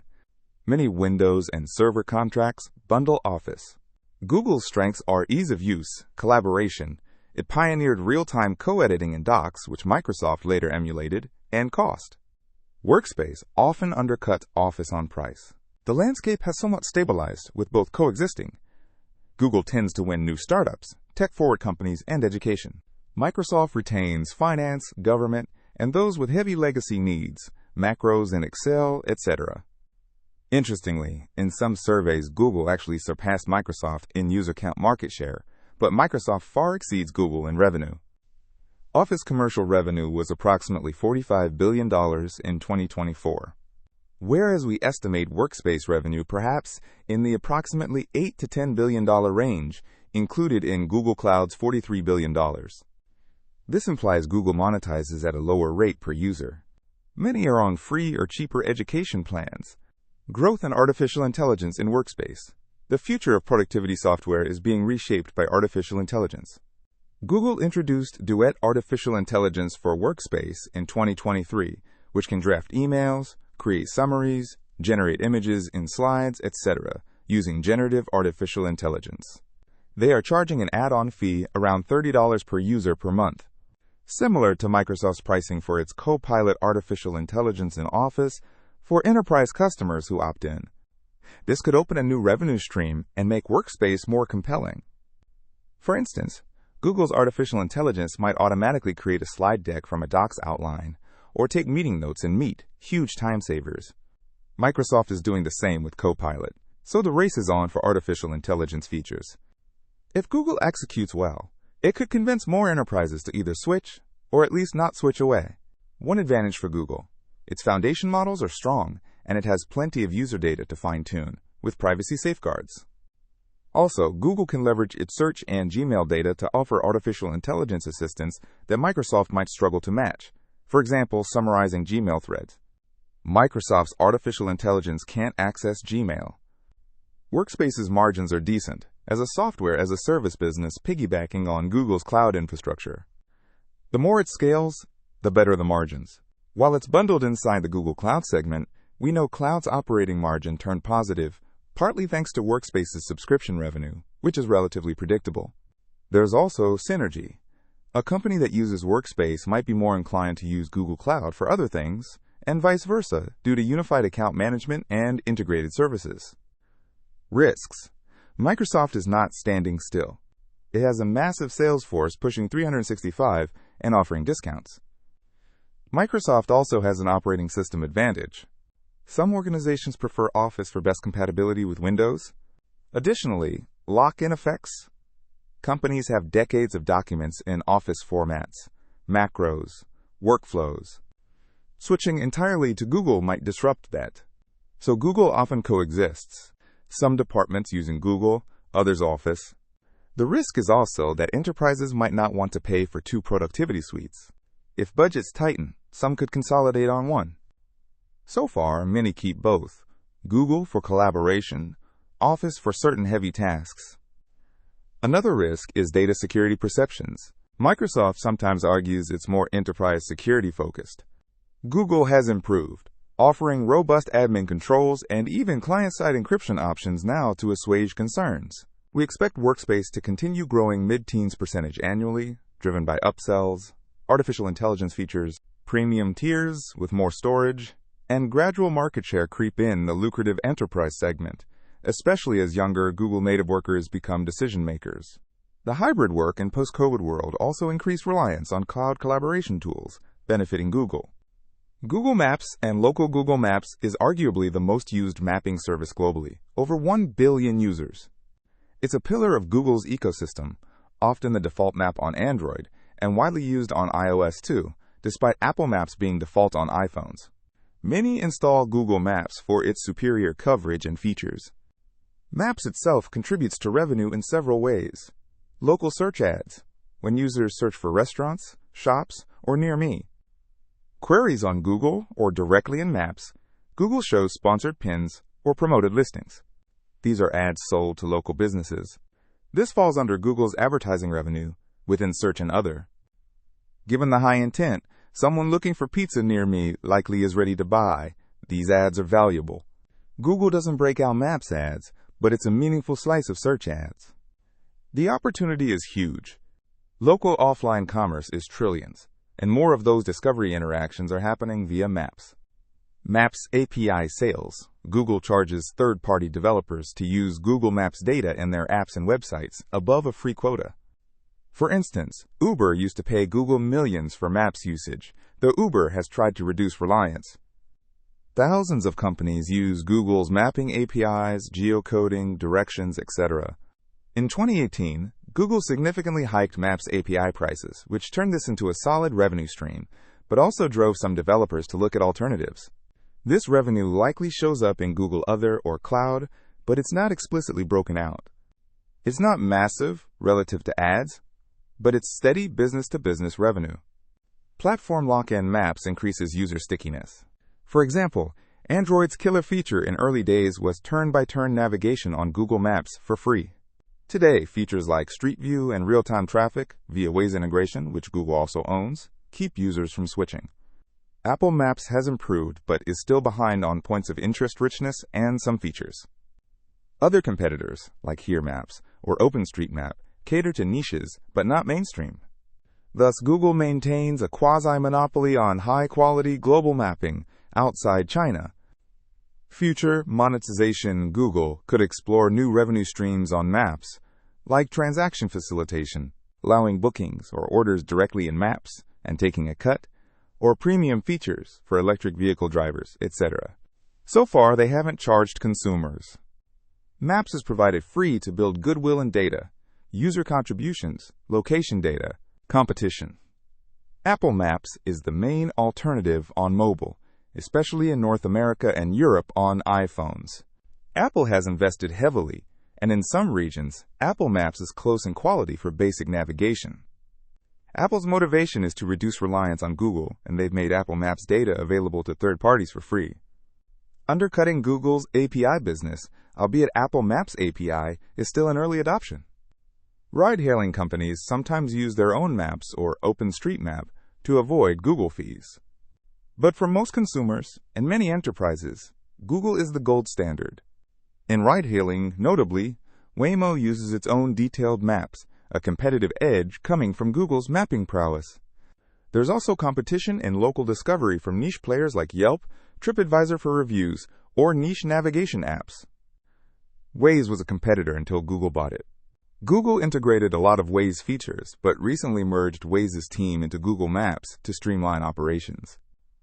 This shows Google's commitment to keep Maps as the one-stop app for navigation and local search.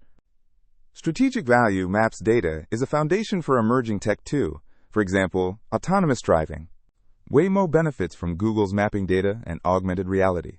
Google's augmented reality live view in Maps can overlay directions on the camera view. If augmented reality glasses become a thing, Google's map data and augmented reality tech could serve directions in your view, something Apple might also aim for. Owning the base map and location layer is crucial for many future services. Delivery drones, Internet of Things, smart cities.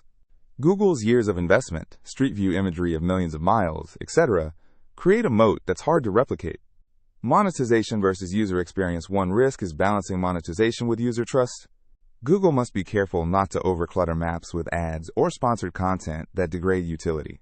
So far, they've kept it reasonable. A few labeled pins, promoted search results, and users tolerate it. Another risk is privacy. Users share location with Google via Maps, and regulators, especially in the European Union, watch this closely. Google gives users control over location history and such now to avoid backlash. Financial impact. While not broken out, we estimate Google Maps contributes substantially to search ad revenue. For example, near me queries and map-based searches could be, say, 10 to 15% of Google search queries in some categories, and local ads likely bring in tens of billions in revenue. For context, United States local digital ad spend was approximately $40 billion in 2024, and Google has a large chunk via search. The Maps API business might be on the order of low single-digit billions. So Maps overall justifies its huge investment many times over through these indirect revenues. In its all high margin, the cost is building the map data and infrastructure, which Google has largely amortized over years. Outlook. We expect Google Maps to remain the dominant service. It will likely get even more integrated with commerce. For example, you can already book reservations, see menus, etc. in Maps. Google could take a page from China's Meituan or Alibaba, which integrate Maps with ordering and delivery. Google tried some food delivery integrations and owns a small stake in delivery firms. While it probably won't become a delivery company, facilitating transactions on Maps is a logical revenue extension, taking referral fees. Additionally, electric vehicle navigation, finding chargers, sustainability features, eco-friendly routes, and indoor maps, airports, malls are growth areas. For valuation, Maps is part of Google services, fueling ad revenue. If one were to carve it out, it could be akin to a Yelp, TomTom, and TripAdvisor combined, but with far more usage. Given that, one could justify a significant standalone value if ever needed. But as an investor, we mainly see it as a moat.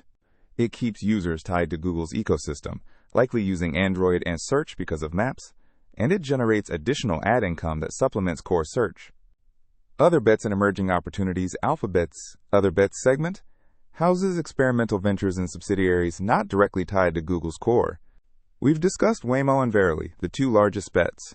There are others, which individually are small but collectively represent Alphabet's ongoing optionality. Calico, focused on human longevity research, age-related diseases. Calico works with pharma companies like AbbVie on early-stage drug research and development. This is ultra-long-term. No commercial product yet in a decade of existence. It's essentially biotech moonshot investing. Hard to value, likely only consuming research and development budget for now. Capital G and GV, Alphabet's venture capital arms. GV, formerly Google Ventures, and Capital G invest in external startups. For example, GV was an early investor in Uber, Slack, etc. These aren't operating businesses, but strategic investments. They've provided financial returns, which show up in Alphabet's other income. For example, Alphabet had $7.4 billion in other income in 2024, partly from investment gains. While not core to operations, these venture investments can occasionally create significant value. For instance, if they have an initial public offering, etc. They somewhat offset the cost of other bets with realized gains at times. X. Moonshot Factory, Alphabet's research and development lab, formerly Google X, incubates ideas that can turn into new bets. Past projects. Self-driving became Waymo. Balloons for Internet. Loon, which was shut down in 2021. Drone delivery. Wing. Geothermal energy. Dandelion. Spun out. And more. Currently, Wing, drones, is active. Wing operates pilot drone delivery services in parts of Australia, the United States, and Europe, delivering small packages. Wing is generating very limited revenue, just pilot programs, but it's one of the more promising ex-graduates if drone delivery becomes mainstream, competes with Amazon Prime Air, which has struggled, and startups like Zipline. Other bets also include things like Fiber, high-speed internet service provider. Google Fiber provides gigabit broadband in about 20 metro areas in the United States. After a pause, it's slowly expanding again, announced plans for more cities in 2023 to 2024. Fiber has significant capital expenditure and runs at a loss but offers a testbed for pushing affordable broadband and indirectly benefits Google by increasing internet usage. It's still tiny in revenue, less than $100 million per quarter likely. Innovations in core. Even within Google, there are internal emerging bets. For example, Google's Tensor chip for mobile, which powers Pixel, semi-successful so far, augmented reality. Google acquired North, augmented reality glasses startup, in 2020 and is reportedly working on augmented reality glasses. This could be an answer to Apple's augmented reality efforts, Vision Pro, etc. Augmented reality could be a future platform where Google wants a strong presence to avoid missing out like it did in social media previously. YouTube new initiatives, such as YouTube Shorts, we covered, and YouTube's venture into gaming streaming, competing with Twitch. These are within core segments, but can behave like bets in terms of uncertainty. Financially, the other bets aggregate had approximately $1.2 billion in revenue in 2024 estimate and an approximately $4 to $5 billion operating loss. These figures have been relatively stable, revenue tiny, losses in an approximately $4 billion range annually, indicating Alphabet's budget for moonshots. From a valuation perspective, the market heavily discounts these losses, essentially viewing them as a drag to be zero valued, unless something clearly takes off. In some of the parts valuations, analysts often assign a token $0 to $50 billion for all other bets combined, given Waymo and Verily are within that. The bullish view. One of these could be the next Google in its field, delivering outsized returns. Capital allocation. Alphabet has shown both patience and prudence. It killed off projects that weren't panning out, Loon, some robotics efforts, and doubled down on promising ones. Waymo, etc. got external funding to validate them. They've also begun returning cash to shareholders via buybacks and a new modest dividend as of 2024, indicating they won't just burn cash indefinitely on experiments. This discipline reassures investors that Alphabet's huge cash flows won't be squandered on science projects without accountability. Geopolitical and macro considerations. Alphabet, through these bets, touches on various regulated and politically sensitive sectors, healthcare, transportation, telecom. Geopolitical tensions, for example, the United States and China tech war, also influence things. Google can't operate many of these services in China, huge potential markets locked out. Conversely, the United States and allies pushing advanced tech could benefit bets like Waymo with supportive regulation or hinder with stricter privacy or safety standards. Overall, the diversified nature of other bets means external risks are somewhat scattered. A regulatory hit to one, say drones, won't affect another, say health, artificial intelligence. In conclusion, the other bets portfolio offers high optionality at relatively low cost. Alphabet can afford the approximately $4 billion annual expense, given its $100 billion plus operating income from core. For investors, they are essentially free call options. You're buying Alphabet for Google services and cloud and getting these moonshots thrown in. If even one hits it big, be it Waymo launching widespread robo-taxis, or Verily cracking a major healthcare artificial intelligence solution, or a surprise new bet emerging, it could add substantial upside to long-term cash flows. The base assumption should be most bets won't materially move the needle, but Alphabet's track record, Android, YouTube acquisitions, etc., all started small, shows that breakthroughs can happen. Valuation and sum of the parts analysis. Alphabet's valuation warrants a sum of the parts approach given its conglomerate of businesses at different maturity stages. We perform a sum of the parts to assess the durability and growth of cash flows in each segment and cross-check it with current market pricing, using a discounted cash flow lens for sensitivity. Google services, search, YouTube, Android, etc. This is the cash cow. In 2024, Google Services, which is essentially all non-cloud, non-other bet revenue, had $284 billion revenue and $99 billion operating income, 35% plus margin. This includes search, YouTube ads, Play Store, hardware, etc. The majority of that profit comes from search and ads. These businesses are mature, but still growing. Services revenue grew 10% in 2024. Operating income grew faster due to cost control. We'd value Google Services akin to a high-quality, wide-moat mega-cap consumer tech firm, perhaps a market multiple or slight premium. For instance, at approximately 20 times after-tax earnings. If we assume $99 billion operating income, less corporate costs and tax, approximately 16% rate, that's about $82 billion net. A 20 times multiple gives approximately $1.64 trillion. Even a more conservative 18 times would be approximately $1.48 trillion. This suggests the market, Alphabet's market cap, around $1.5 to $1.7 trillion in late 2025, is largely reflecting the value of the core services business alone, implying upside for the newer segments is not fully priced. Breaking it down further, search and network ads, extremely resilient, arguably could be valued like a consumer staple stock given its entrenched position and pricing power. Historically, Google's search ad business has grown faster than gross domestic product, but let's assume it moderates to mid-single digits long-term due to saturation and artificial intelligence disruptions. Even with that, it should maintain high margins, greater than 50% contribution margins. A discounted cash flow for search ads might assume, say, 5% compound annual growth rate next 10 years, then terminal decline of -1%. If one is cautious about eventual plateau and approximately 45% free cash flow margins. That still yields a present value in the approximately $1 trillion plus range easily. YouTube should be valued with a higher growth multiple. If we treat YouTube separately, $36 billion ads plus, say, $6 billion subscriptions equals $42 billion revenue. Growth could be approximately 10 to 15% for several years as it takes television share and shorts monetization improves. Its margins likely trend up to maybe 35%. Using a discounted cash flow or enterprise value to sales. At 6 times sales, YouTube is approximately $250 billion. Alternatively, if we project YouTube's free cash flow in 5 years, it could be doing approximately $60 billion revenue, $20 billion free cash flow.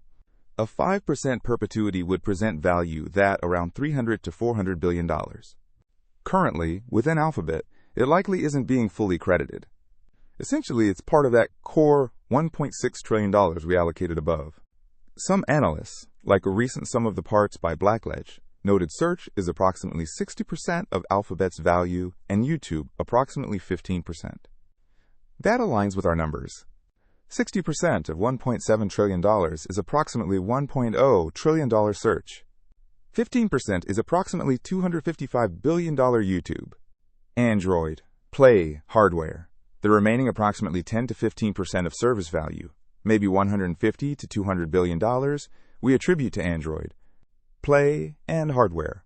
Play Store's steady cash flow could be valued at a high multiple of its approximately $10 to $15 billion net cut, given app ecosystems are sticky, albeit under slight pressure. Hardware, Pixel and Nest, probably is worth just one-time sales or so, $10 to $12 billion, due to low profitability, but its strategic value isn't bolstering Android. All told, these pieces are meaningful, but not moving the valuation dial drastically. Google Cloud. Cloud's value lies in its growth and margin expansion potential. 2024 revenue $43.2 billion, operating income approximately $2 billion, 4.8% margin for full year, since it was lower earlier in year and higher by the fourth quarter. If we believe Cloud can hit 20% margins on, say, $80 billion revenue by 2028, which is plausible if it grows approximately 15 to 20% annually, that'd be $16 billion operating income. A quality cloud business could easily trade at 20 to 25 times earnings before interest and taxes or more. Amazon Web Services historically valued at approximately 30 times earnings before interest and taxes when growth was high. Even at 20 times, that future cloud piece would be $320 billion. Discounted cash flow back to present. Discount say 10%, approximately $200 billion. In current market, some sum of the parts analyses assign approximately $200 to $250 billion to Google Cloud, roughly 12 to 15 times current sales, reflecting high growth. Another sanity check. Enterprise software as a service and cloud comparables trade approximately 5 to 10 times sales depending on growth. Azure's implicit value inside Microsoft may be 8 times plus. Google Cloud, at 5 times $43 billion, equals approximately $215 billion. Considering it just turned profitable and growth is 30%, may be pushed to 6 times approximately $260 billion. We'll take $220 billion as a base case value for Google Cloud Platform, which is approximately 13% of a $1.7 trillion total, aligning with revenue share. In bull case, if cloud growth reaccelerates or artificial intelligence pushes it to gain share, it could be $300 billion plus business and value. Bear case, if price wars or slowdown to low teens growth, maybe it's more like $150 billion value. Waymo. As discussed, Waymo's last funding round peg is $45 billion. That's a good current fair value given known info. But Waymo is binary. In a bull scenario, successful multi-city robotaxi network, its value could 5 times or 10 times. If it captures a significant portion of a future $200 billion autonomous vehicle ride-hail market with high margins, it could justify valuations north of $200 billion. There's precedent. Cruise's majority owner GM has hinted at Cruise's potential being large, though now Cruise hit snags. In a bear scenario, Waymo might stagnate and be worth, say, $10 billion, essentially just its intellectual property and remaining cash. Our base case, including some probability weighting, might assign approximately $30 billion to Waymo in a sum of the parts, lower than the latest valuation reflecting execution risk. But given the external validation, one can comfortably use $45 billion for now. For perspective, $45 billion is less than 3% of Alphabet's market cap, an inexpensive call option on autonomous tech. Verily and other bets after Waymo, Verily might be the next highest. His last known post-money in 2022 was $5 billion. Now likely much less after the 80% cut. Let's assume approximately $1 billion current. If it raises new funds in 2025, we'll see if that moves. Other bets like Wing, Fiber, etc., collectively maybe a few billion.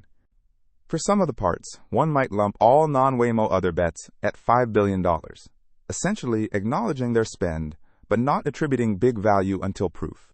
So combined, say other bets excluding Waymo, approximately $5 billion. Summing with Waymo, approximately $50 billion total other bets value in a generous base case. Many analyses indeed often cap other bets at approximately $50 billion or less. In bull case, Waymo alone could exceed that.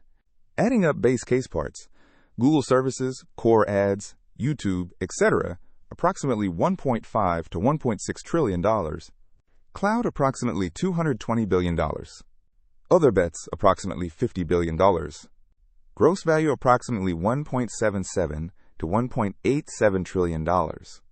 Alphabet has net cash around $100 billion on balance sheet, cash $95.7 billion, minus debt $22.6 billion, so enterprise value slightly lower. Using market cap approximately $1.6 trillion, depending on stock price approximately $240. These numbers suggest Alphabet is trading around the sum of its parts with modest cloud and bets value recognition.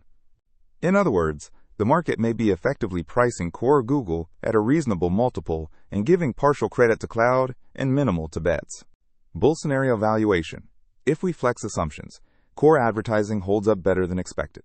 Maybe still high single to low double-digit growth with artificial intelligence, instead of slowing to mid-single. That could add hundreds of billions in discounted cash flow value, because those cash flows are near-term and enormous. Cloud achieves perhaps 25 to 30% share, or leaps to number 2, with growth staying 25% plus for longer and margins greater than 20%. Then Google Cloud Platform could be seen as, say, $400 billion plus business.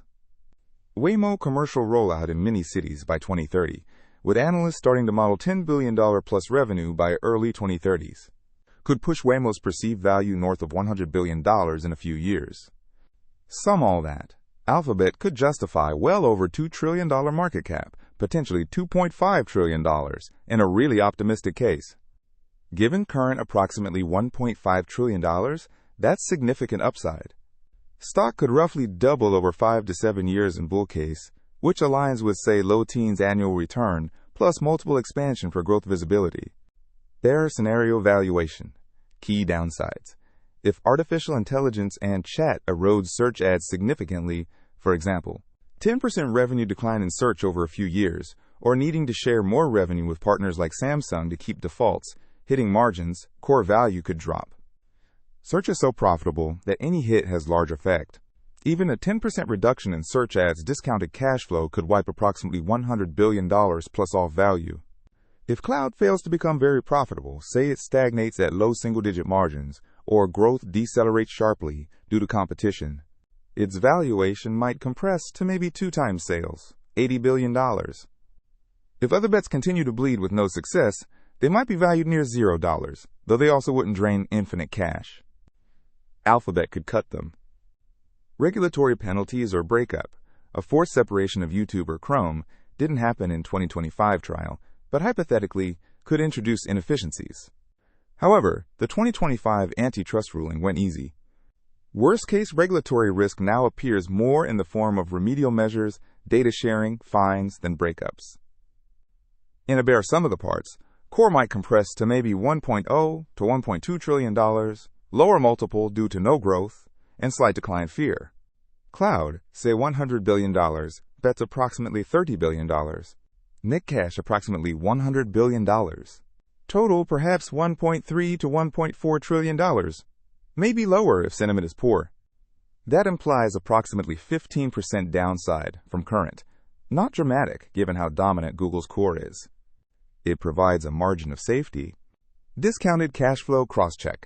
Another angle. Alphabet's free cash flow in 2024 was $72.8 billion after a big capital expenditure year. Operating cash flow $125 billion. If one assumes free cash flow can grow at, say, 10% compound annual growth rate for 5 years, then 4% terminal at an 8% discount, the discounted cash flow would be around $1.8 to $1.9 trillion. That 10% growth is plausible given cloud's increasing contribution and core ads growing approximately 8 to 10% nominal with economy. If growth were only 5% long-term, discounted cash flow might be approximately $1.3 trillion. Again, showing that unless the core flatlines, downside is limited relative to current price. Alphabet's free cash flow yield is about 4 to 5%, which for a company with such a moat and growth prospects is attractive versus 10-year bond yields approximately 4% in 2025. So the market appears to be moderately undervaluing it if one believes high single-digit growth is achievable. Sensitivities. Key variables to sensitivity test. 1. Search revenue growth. Each 1% change in search ad compound annual growth rate over next 5 years swings valuation by tens of billions. For instance, if search ads unexpectedly decline 2% in a year, perhaps due to a recession or artificial intelligence hit, you'd see a stock pullback as investors fear a terminal decline. Conversely, if artificial intelligence features allow Google to increase revenue per search or find new search verticals, for example, artificial intelligence-driven shopping experiences, that could add upside. 2. Cloud margin ramp. Cloud is currently barely adding to operating income. If it hits, say, 10% margin, $4 billion, in a couple years that $4 billion drops to bottom line and merits a multiple, maybe adding approximately $80 billion value. If it never improves margins, one would reduce the contribution accordingly. 3. Capital expenditure and artificial intelligence investment. Alphabet's heavy $75 billion capital expenditure plan for 2025 versus $52 billion in 2024 will depress near-term free cash flow. If these investments yield strong artificial intelligence and infrastructure advantages, maintaining leadership, that's fine. But if return on investment is poor, it could indicate diminishing returns on spending. The market will keep an eye. A scenario where capital expenditure stays elevated, say greater than 15% of revenue with no proportional revenue lift, would pressure valuation, lower free cash flow yields. 4. Regulatory outcomes. While a breakup seems off the table for now, things like mandatory data sharing, as ordered by Judge Mehta, could over time enable more competition. If 5 years from now we see multiple viable search competitors, Using Google shared data or artificial intelligence, one might need to lower growth and margins. It's a subtle long-term risk, not fully quantifiable yet. 5. Macroeconomy. Advertising is economically sensitive. A deep recession would hit Alphabet's revenue, as happened with a slight dip in the second quarter of 2020 and flat-ish 2022 when ad market weakened. But Alphabet has shown cost flexibility. They reduced headcount growth, etc. Also, ad spend share is steadily shifting to digital, cushioning macro dips. Still, a scenario of persistent high inflation or a consumer pullback could slow ad growth, which would directly affect valuation. Shareholder returns. Alphabet has become more shareholder-friendly. It repurchased approximately $60 billion of stock in 2024 and initiated a modest dividend. With $100 billion plus cash, it can continue buybacks at scale, which provide a floor to the stock and boost per-share metrics. If core business stays strong, we anticipate Alphabet returning a significant chunk of free cash to shareholders each year, while still investing heavily in growth. These buybacks mean even if overall growth slows, earnings per share can grow faster due to shrinking share count. Conclusion of valuation. Our base case sum of the parts suggests Alphabet is fairly valued to slightly undervalued. With core business strength not going away, and new segments poised to contribute more meaningfully in coming years.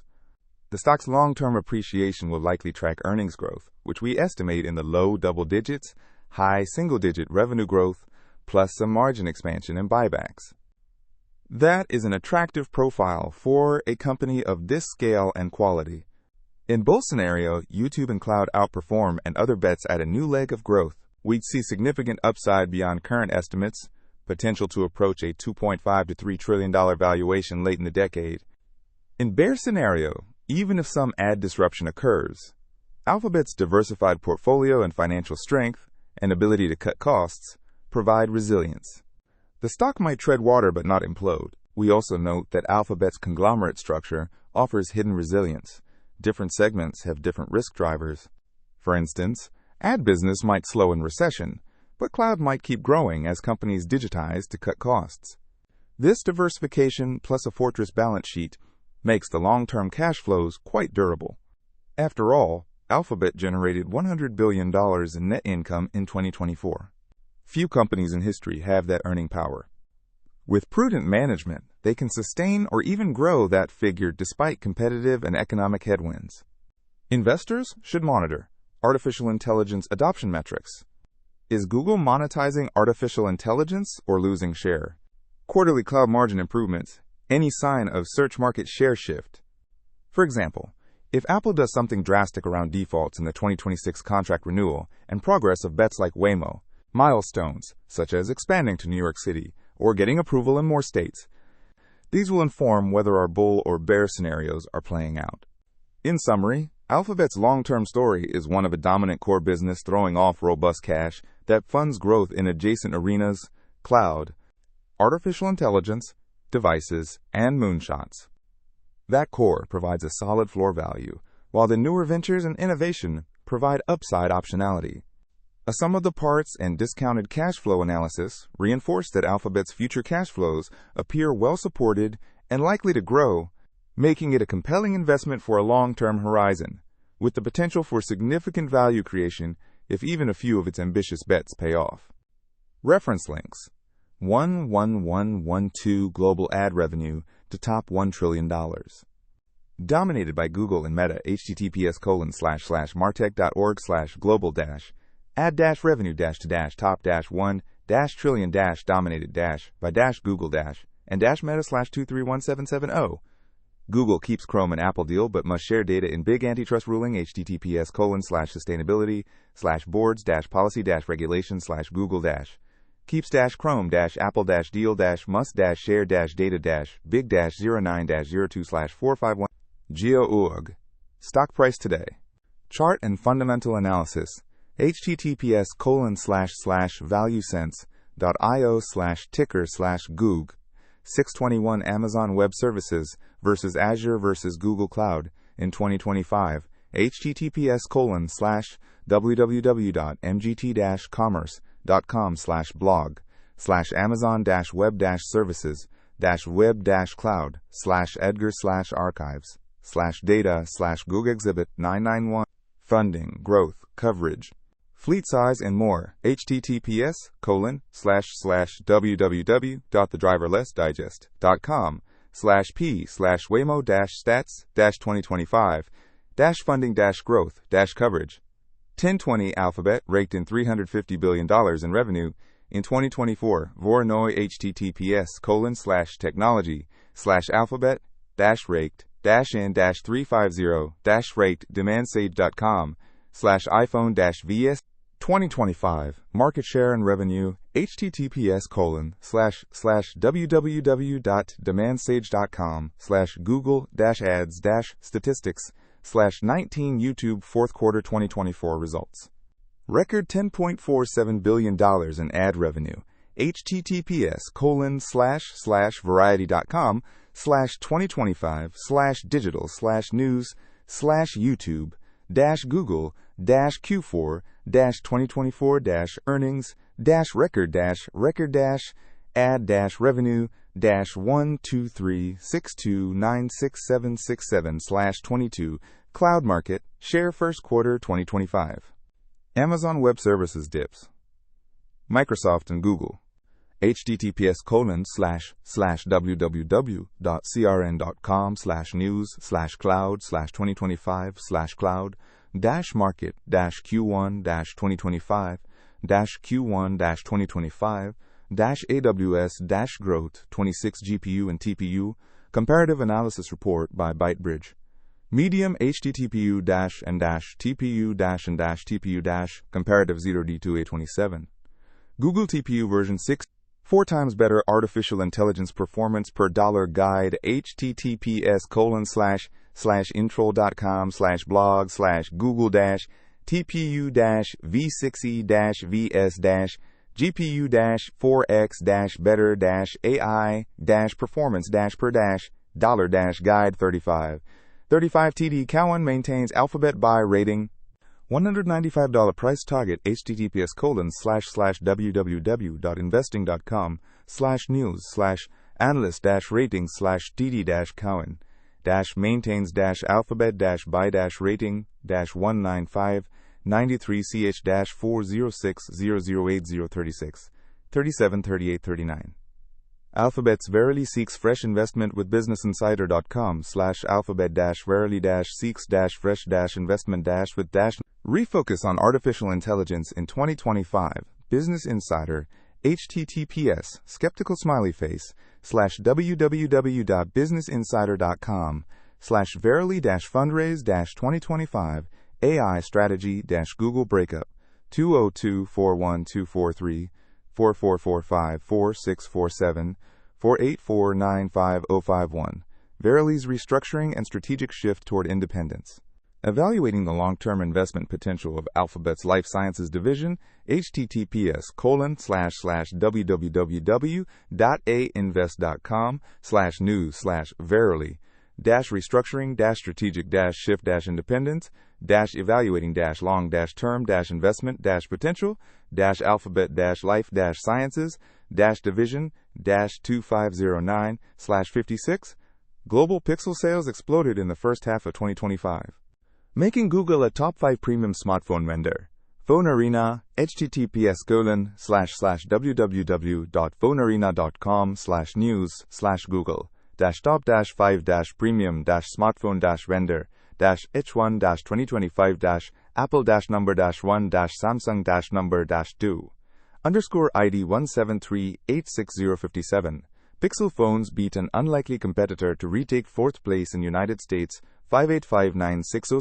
https://www.androidpolice.com/google-pixel-top-4-market-overtake-TCL/58 mobile vendor market share North America stat counter global stats. https://vendor-market-America 59 Google Workspace versus Microsoft 365. A comparison. Would Google Workspace surpass the revenue of Microsoft Office? r/stocks. https://www.reddit.com/r/stocks/comments/1 EO46WS/would underscore Google underscore workspace underscore surpass underscore the underscore revenue underscore of /68 Alphabet stock. Google accelerates as Waymo predicted to hit 6. https://www.tipranks.com/news/alphabet-stock-google-accelerates-as Waymo-predicted-to-hit-6B-in-bookings-by-2034.